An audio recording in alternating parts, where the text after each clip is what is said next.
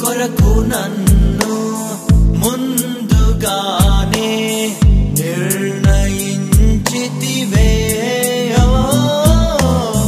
నీవు నన్ను పిలిచి నీ నీతినిచ్చి మహిమ పరచితివే. నేనేమయ్యుంటినో అందుకు కాదయ్యా, నా క్రియలను బట్టి అసలే కాదయ్యా. చూపావు ప్రేమ నాపై, పిలిచావు నన్ను కృపకై. జనములకు ప్రవక్త